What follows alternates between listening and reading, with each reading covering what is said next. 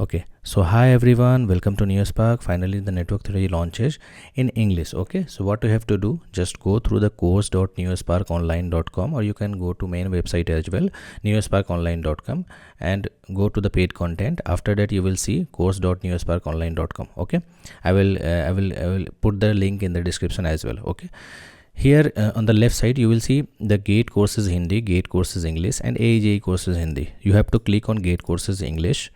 After that you will see one course of Network 3 3.0. It is an English batch and it will be live.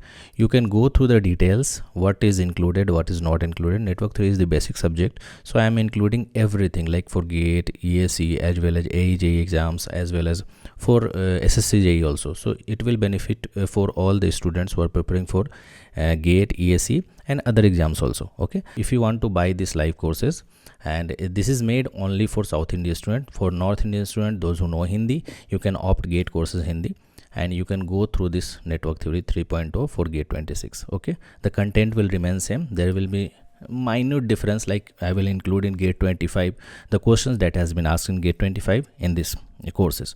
Okay, and it will be live, that will be in recorded. So you can click on buy now.